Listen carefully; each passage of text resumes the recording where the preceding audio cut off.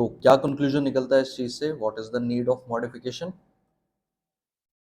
To pay lesser premium in the market. 22 जुलाई यानी कि जिस दिन बजट था 22 जुलाई को, उस दिन फिन निफ्टी की एक्सपायरी थी। मुझे 3 लाख प्लस का प्रॉफिट हुआ था उस दिन।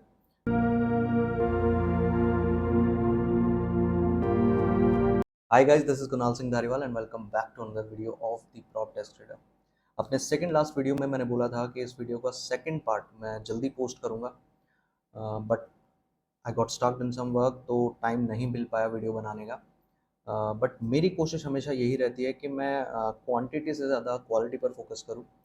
तो मैं चाहता हूं कि मेरे हर एक वीडियो से आप लोगों का कोई ना कोई डाउट ज़रूर क्लियर हो, या फिर कुछ ना कुछ नया सीखने को आपको ज़रूर मिले। तो पिछले वीडियो में हमने बात करी थी बटरफ्लाई स्ट्रैटेजी की। जिन लोगों ने मेरा ये वीडियो नहीं देखा है, सबसे पहले जाके आप ये वीडियो देखो, क्योंकि इसमें हमने डिस्कस किया है कि why prop traders have an extra edge in the market than retailers. तो सबसे पहले जाके आप ये वीडियो देखो। तो आज की इस वीडियो में हम बात करने वाले हैं अपनी second and one of my favourite strategies, that is 3 leg ratio strategy. पिछले वीडियो में मैंने आपको बताया था बटरफ्लाई स्ट्रैटेजी के बारे में। लेकिन बटरफ्लाई स्ट्रैटेजी के साथ प्रॉब्लम ये है कि बटरफ्लाई बनाते वक्त हमें मार्केट में प्रीमियम ज़्यादा पे करना पड़ता है, जिसकी वजह से होता ये है कि अगर मार्केट हमारे फेवर की मूव नहीं देता या फिर ज़्यादा लंबे समय तक कंसोलिडेट कर जाता है, तो हमारा सारा प्रीमियम जो हमने बटरफ्लाई को बनाने में पे किया है वो ज़ीरो की तरफ भागता है, राइट? तो ज़्यादा प्रीमियम पे करने की वजह से लॉस भी ज़्यादा होता है। लॉस को छोटा करने के लिए अल्टीमेटली हमें क्वांटिटी को कम करना पड़ता है, जिसकी वजह से हमारा प्रॉफिट मार्जिन छोटा हो जाता है। तो अब इस चीज़ का सॉल्यूशन क्या है? इसका सॉल्यूशन है 3 leg ratio strategy. Now, what is a 3 leg ratio spread?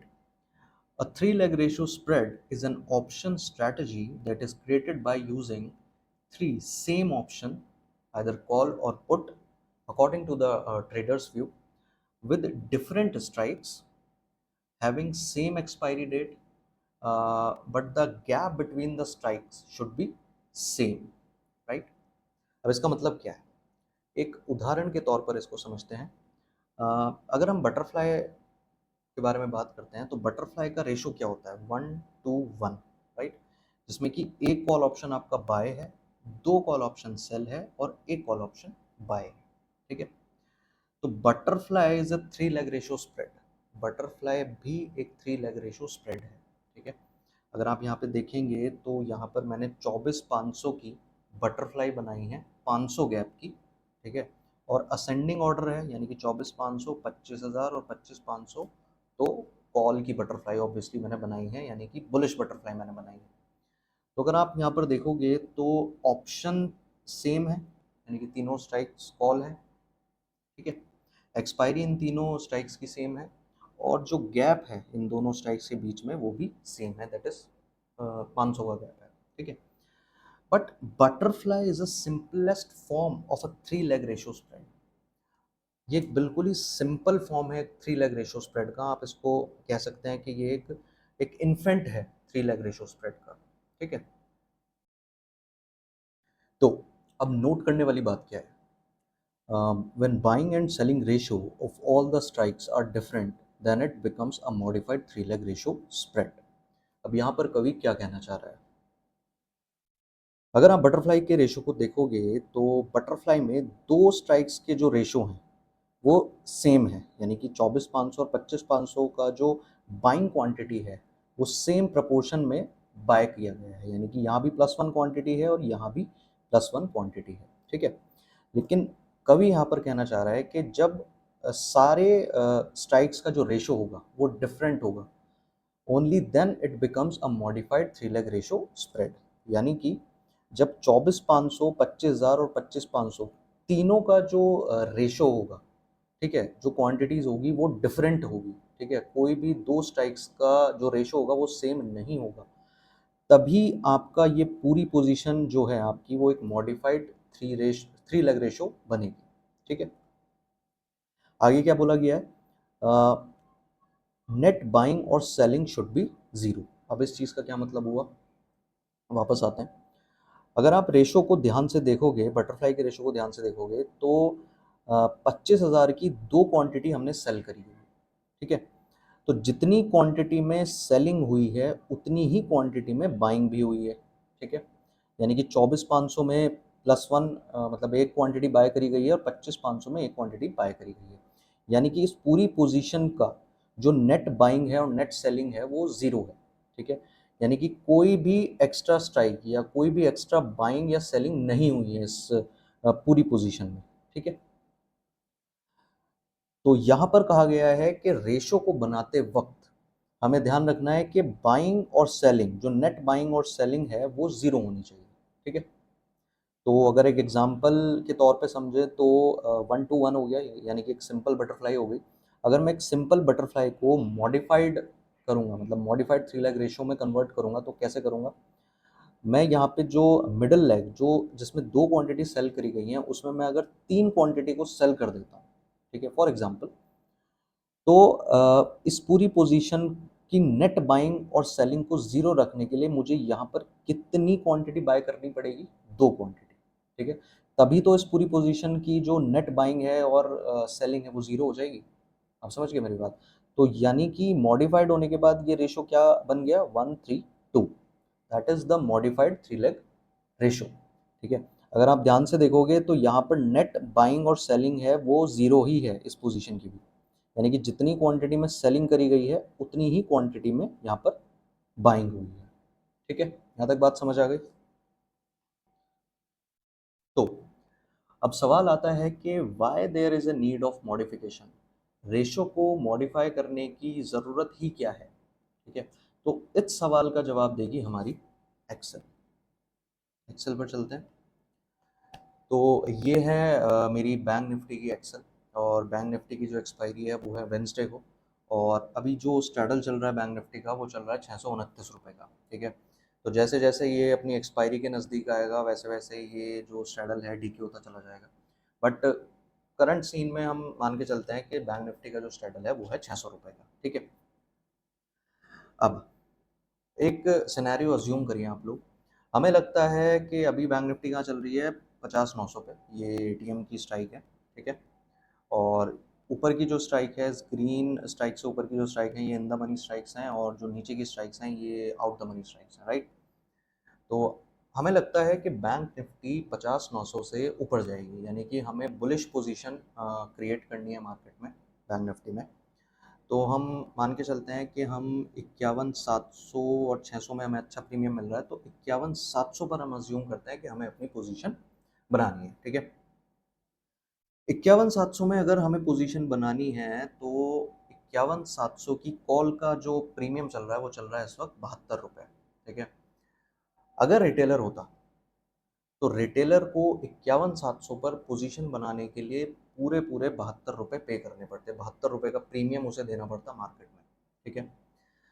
लेकिन एक प्रॉप ट्रेडर क्या करेगा? प्रॉप ट्रेडर 51,700 पर 600 के गैप की एक बटरफ्लाई क्रिएट करेगा 1 to 1, और 51,700 पर हम देखते हैं 600 के गैप की बटरफ्लाई का रेट कितना चल रहा है?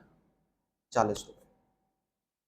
यानी कि एक प्रॉप ट्रेडर को 51,700 पर बुलिश पोजीशन बनाने के लिए सिर्फ 40 रुपये का प्रीमियम पे करना पड़ रहा है मार्केट में, ठीक है।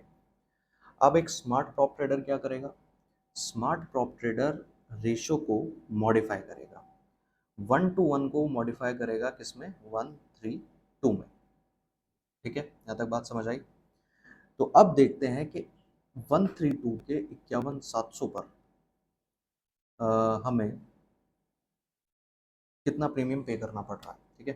तो 51,700 के 1:3:2 में लगभग प्रीमियम कितना चल रहा है? 26 रुपये। यानी कि रेशो को मॉडिफाई करते ही हमारा प्रीमियम कम हो गया, ठीक है। 51,700 पर कितना प्रीमियम है 1:3:2 का? 26 रुपये। अगर प्रॉप ट्रेडर को लगता है, एक ट्रेडर को लगता है कि 26 रुपये का भी प्रीमियम ज़्यादा है, तो वो क्या करेगा? रेशो को और मॉडिफाई करेगा, यानी कि 1:3:2 के रेशो को करेगा वो 1:4:3, ठीक है। 1:4:3 में हम देखते हैं कि 600 के गैप में 51,700 में हमें कितना प्रीमियम पे करना पड़ रहा है?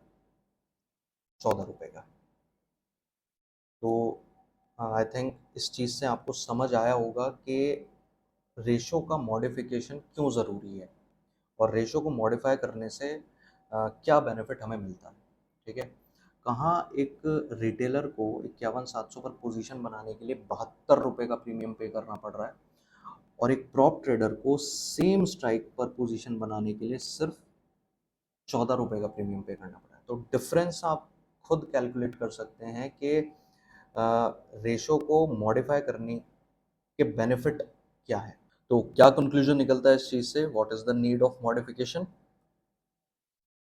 To pay lesser premium in the market. अब कम से कम प्रीमियम हमें क्यों पे करना है मार्केट में? ताकि इन केस अगर मार्केट हमारे फेवर की मूव नहीं देता है या फिर लंबे समय तक कंसोलिडेट कर जाता है जिसकी वजह से हमारा सारा प्रीमियम जीरो हो जाता है, तो ऐसे केस में भी हमें कम से कम नुकसान हो। ठीक है, एक प्रॉप ट्रेडर का पहला स्टेप हमेशा यही रहता है कि वो अपने लॉस के मार्जिन को जितना ज़्यादा हो सके उतना छोटा कर सके। ठीक है, तो क्या, तो अगर हमें लगता है कि 1 to 1 में ज़्यादा प्रीमियम पे हो रहा है तो 1 to 1 को हम मॉडिफाई करेंगे 132 में। अगर हमें लगता है कि 132 में भी बहुत ज़्यादा प्रीमियम पे हो रहा है तो 132 को हम मॉडिफाई करेंगे 143। ठीक है, और ऐसे करते करते फिर हम 154 में कन्वर्ट करेंगे। तो जब तक हम सेटिस्फाई नहीं हो जाते कि इतना प्रीमियम पे करना सही है मार्केट में, तब तक हम रेशो को मॉडिफाई कर सकते हैं। ठीक है, और मॉडिफाई का रूल क्या है? आपको सेलिंग लेग को और उससे अगली लेग को +1 से इंक्रीज करते चले जाना है। ठीक है, बट यस, रेशो को मॉडिफाई करने के कुछ लिमिटेशंस भी हैं जिनके बारे में हम आगे बात करेंगे। Right now, what are the limitations of increasing ratio, या रेशो मॉडिफिकेशन के लिमिटेशंस क्या है? ठीक है, तो पहला लिमिटेशन है the more you increase the ratio risk exposure also increases. अब इसका मतलब क्या हुआ? इसको समझने के लिए चलते हैं हम ऑब्स्ट्रा पर। तो ये मैंने 3 स्ट्रैटेजीज ऑलरेडी बनाई हुई हैं। तो बटरफ्लाई, 132 एंड 143। ठीक है, तो अगर मैं बटरफ्लाई की बात करूं तो मैंने बैंक निफ्टी की 51,700 की बटरफ्लाई बनाई है 600 के गैप की। ठीक है, हमने अपनी एक्सेल में भी देखा था। तो 51,700 से हमें बटरफ्लाई बनाने में कितना प्रीमियम पे करना पड़ रहा है? 40 रुपये का। ठीक है, तो यहाँ पर अगर देखेंगे तो हमारा मैक्सिमम लॉस कितना है इस पोजीशन में? सिर्फ 571 रुपये का। यानी कि अगर कैलकुलेटर में कैलकुलेट करते हैं तो कितना बैठेगा ये? 39.5 इंटू 15, यानी कि जो लॉट साइज है बैंक निफ्टी का, तो 600 रुपये, लगभग 600 रुपये का आपका नुकसान है बटरफ्लाई के एक लॉट में। ठीक है, वहीं अगर मैं 132 की बात करता हूँ तो 132 को बनाने में हमने कितना प्रीमियम पे करा था 51,700 में? 26 रुपये। ठीक है, अगर मार्केट आपकी तीनों लेग्स को, ये जो 132 की जो तीनों लेग हैं, इनको आउट द मनी एक्सपायर कर देती है तो आपके सिर्फ 26 रुपये लगेंगे मार्केट में। जितना अपनी प्रीमियम आपने पे करा है 132 को बनाने में, सिर्फ वही नुकसान आपको लगेगा। लेकिन अगर मार्केट आपकी जो मिडिल लेग है, यानी कि जो सेलिंग लेग है, 52,300 को क्रॉस कर जाती है और क्रॉस करने के बाद बढ़ती चली जाती है, तो आपको जो नुकसान है वो ज़्यादा भी लग सकता है, ज़्यादा लग सकता है इस पोजीशन में। मैक्सिमम लॉस कितना लग सकता है आपको एडवर्स सिचुएशन में? जब आपकी मिडिल लेग को मार्केट क्रॉस कर जाएगी, वो लग सकता है आपको 9,500 रुपये का। ठीक है, तो 9,500 का नुकसान आपको 132 में देना पड़ सकता है अगर मार्केट आपकी सेकंड लेग को क्रॉस कर जाती है और आप अपना स्टॉप लॉस बुक नहीं करते हो। ठीक है, वहीं अगर हम 143 की बात करें तो ये 51,700 से 143 मैंने बनाया। तो 51,700 के 143 में हमने कितना प्रीमियम पे करा था? 14 रुपये। अगर ये आउट द मनी एक्सपायर हो जाता है तो सिर्फ 14 रुपये ही आपको लगेंगे पर लॉट। ठीक है, लेकिन अगर ये आपके मिडिल लेग को, सेलिंग लेग को क्रॉस कर जाता है और आप स्टॉप लॉस नहीं काटते और ये बढ़ता चला जाता है, तो आपको कितने रुपए लग सकते हैं एक लॉट में? मैक्सिमम लॉस स्ट्रैटेजी का क्या है? 18,000 रुपये। ठीक है, तो ये एक पहली लिमिटेशन है रेशो मॉडिफिकेशन की कि जितना ज़्यादा आप रेशो को बढ़ाओगे, आपका रिस्क एक्सपोजर बढ़ता चला जाएगा। तो ratio is directly proportional to risk. Right, दूसरी लिमिटेशन क्या है? दूसरी लिमिटेशन है द मोर मार्जिन रिक्वायरमेंट। अब इसका मतलब क्या हुआ? चलते हैं वापस ऑब्स्ट्रा पर। अगर आप देखोगे तो बटरफ्लाई जो सिंपल रेशो है 1:1 है, उसको बनाने में आपका सिर्फ कितना मार्जिन यूटिलाइज होगा? एस्टिमेटेड मार्जिन क्या है? 31,500 का। यानी कि बटरफ्लाई 600 के गैप की एक बटरफ्लाई बनाने में, ठीक है, आपका सिर्फ 31,000 रुपये का मार्जिन यूटिलाइज होगा। ठीक। अगर मैं 132 की बात करूँ तो 132 में आपका एस्टिमेटेड मार्जिन कितना है? 54,000 का। यानी कि 132 का एक लॉट में पोजीशन बनाने के लिए आपको 54,000 का मार्जिन देना पड़ेगा। ठीक है। और अगर मैं 143 की बात करूं तो 143 में आपको एक लॉट बनाने के लिए 77,500 का मार्जिन आपको देना पड़ेगा। ठीक है। तो ये एक दूसरी लिमिटेशन है रेशो मॉडिफिकेशन की, रेशो को इंक्रीज करने की, कि ratio is also directly proportional to margin. Ratio बढ़ाओगे तो मार्जिन रिक्वायरमेंट भी बढ़ेगा, right. When to avoid 3 leg ratio spread, कैसे सिचुएशन में, कैसी कंडीशन में आपको 3 लेग रेशियो स्प्रेड में पोजीशन बनाने से बचना चाहिए? तो पहली कंडीशन है when VIX is volatile. India VIX जब वॉलेटाइल होती है तो ऐसे सिनेरियो में आपको रेशो को बहुत ज़्यादा मॉडिफाई नहीं करना चाहिए। ठीक है। क्योंकि ऐसे केस में जो ऑप्शन की आईवी है, यानी कि इम्प्लाइड वॉलेटिलिटी है, वो बहुत ज़्यादा बढ़ जाती है, जिसकी वजह से स्पाइक आने के चांसेस बहुत ज़्यादा होते हैं, बड़ी स्पाइक आने के चांसेस, जिसकी वजह से होता क्या है कि मार्केट बहुत ही जल्दी आपकी सेकंड लेग तक आ सकती है या सेकंड लेग को क्रॉस भी कर सकती है। तो ऐसे केस में आपको स्टॉप लॉस काटने तक का मौका भी नहीं मिलता। ये बहुत बार हम लोगों के साथ हो चुका है रेशोज़ के अंदर। तो ऐसे सिनेरियो में जब विक्स बहुत ज़्यादा वॉलेटाइल हो तो आपको बचना ज़रूर चाहिए 3 लेग रेशो स्प्रेड में। ठीक है। दूसरी कंडीशन क्या है? When there is a big event in the market, like election, budget, कोई न्यूज़ है, ठीक है, या कोई स्कैम हो गया मार्केट में, या कोई वॉर वगैरह छिड़ गई दो देशों के बीच में। तो इस तरह के इवेंट में आपको रेशो, 3 लेग रेशो स्प्रेड में रेशो को मॉडिफाई, बहुत ज़्यादा मॉडिफाई नहीं करना चाहिए, जिसमें कि आपकी जो मिडल लेग है, जो सेलिंग लेग है, वो बहुत ज़्यादा बड़ी नहीं होनी चाहिए, राइट। तो ऐसे, क्योंकि ऐसे केसेस में भी एक बड़ी मूव आ सकती है जिसमें आपके नुकसान के चांसेस, प्रोबेबिलिटी जो है, वो बहुत ज़्यादा बढ़ सकते हैं। ठीक है। तो ऐसी सिचुएशन में आपको किस तरह की स्ट्रैटेजी यूज़ करनी चाहिए? तो मैं आपको बोलूँगा कि butterfly strategy is the best strategy. Butterfly strategy को आप कैसी भी मार्केट कंडीशन में यूटिलाइज कर सकते हैं, क्योंकि इस स्ट्रैटेजी का जो मैक्सिमम लॉस है वो कुछ भी नहीं है। ठीक है। सिर्फ मैक्सिमम लॉस कितना है? जो आपने प्रीमियम पे किया है इसको बनाने में। अगर ये पूरी इसकी तीनों लेग इन द मनी भी हो जाती है तो भी आपको मैक्सिमम नुकसान सिर्फ उतना ही लगेगा जितना कि आपने बटरफ्लाई को बनाने में दिया है। ठीक है। तो butterfly is the best strategy. And मैंने लाइक 22 जुलाई, यानी कि जिस दिन बजट था 22 जुलाई को, उस दिन फिन निफ्टी की एक्सपायरी थी, तो मैंने बटरफ्लाई ही डिप्लॉय करी थी मार्केट में। और बटरफ्लाई स्ट्रैटेजी में मुझे 3 लाख प्लस का प्रॉफिट हुआ था उस दिन। ठीक है। मैंने उसका शॉर्ट भी बना के डाला था। ठीक है। तो वो जो प्रॉफिट हुआ था मुझे बटरफ्लाई स्ट्रैटेजी में ही हुआ था, क्योंकि उस दिन एक बड़ा इवेंट था, तो मुझे पता था कि मूव आने के चांसेस बहुत ज़्यादा हैं, स्पाइक आने के चांसेस बहुत ज़्यादा हैं। तो इसी वजह से मैंने 3 लाख रेशो का मॉडिफिकेशन अवॉइड करके सिंपल 1:1 यूज़ किया, राइट। तो मेरा नॉर्मल डेज में ट्रेडिंग प्लान कैसा होता है, जब कोई मार्केट में इवेंट नहीं होता या कोई न्यूज़ नहीं होती, बिल्कुल नॉर्मल डे होता है, तो उस दौरान मेरा ट्रेडिंग प्लान कैसे रहता है? तो सबसे पहले मैं नोट डाउन करता हूँ स्ट्रैडल को, ये प्रीवियस डे क्लोजिंग क्या है स्ट्रैडल की।